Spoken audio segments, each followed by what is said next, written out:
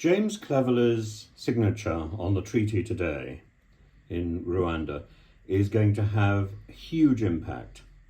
Why? Because he's doing something which is logically fallacious. He is telling Rwanda that it has to abide by a treaty that Rwanda has now signed. It has to keep all the points in the treaty. It doesn't matter whether or not I think that there's not enough points in the treaty, that I think the treaty is not effective in itself. That doesn't matter. What matters is the treaty is part of a plan to circumvent the Supreme Court. The treaty is part of a plan to upend law in our country and to ignore our international obligations under various other treaties like the 1951 Refugee Convention. What this treaty with Rwanda is telling Rwanda is that Rwanda doesn't have to obey that treaty. The example that we are giving is that if we don't like something a few years down the line, we can change the law so that we can ignore the treaties, the responsibilities that we have already signed up for. We can just change the law in this country, and that example is something that other countries presumably are going to follow.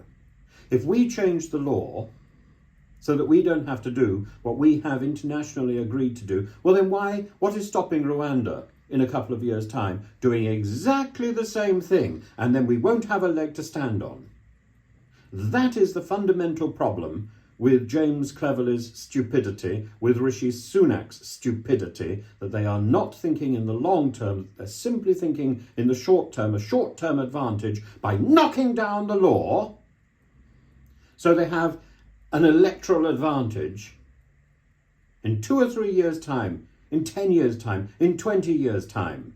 We have set a precedent where the law can be dismissed, where the law is irrelevant. What is the point of Parliament, whose job is to define law, to correct law, to make law better to be interpreted, to interpret law properly so that it will actually work in the courts? What is the point of Parliament if the law, which exists and which we have accepted, both nationally and internationally, can be dismissed by somebody as stupid as James Cleverly, somebody as stupid as Robert Jenrick, somebody as stupid as Rishi Sunak? And all of these people are clever enough to know what they're doing. This is not an act of blind stupidity. This is an act by intelligent people of willful stupidity, and that is something that should be condemned and shouted out from the highest rooftop. It is madness to think in such a short-term way. And a few days ago, I quoted the piece from Thomas More from the Robert Bolt play. If you want to fight the devil, would you destroy all the laws in order to trap the devil? No, because if you do that, you've got nothing to hide behind. We will have nothing to hide behind. Our word will no longer be taken seriously by any other nation, by anybody in the street. Somebody robs a shop, somebody robs a house, get arrested by the police, and they say, well, let's just change the law. I've not broken the law's wrong. And the precedent is there. Jason Cleverly has taken the first move towards that. If the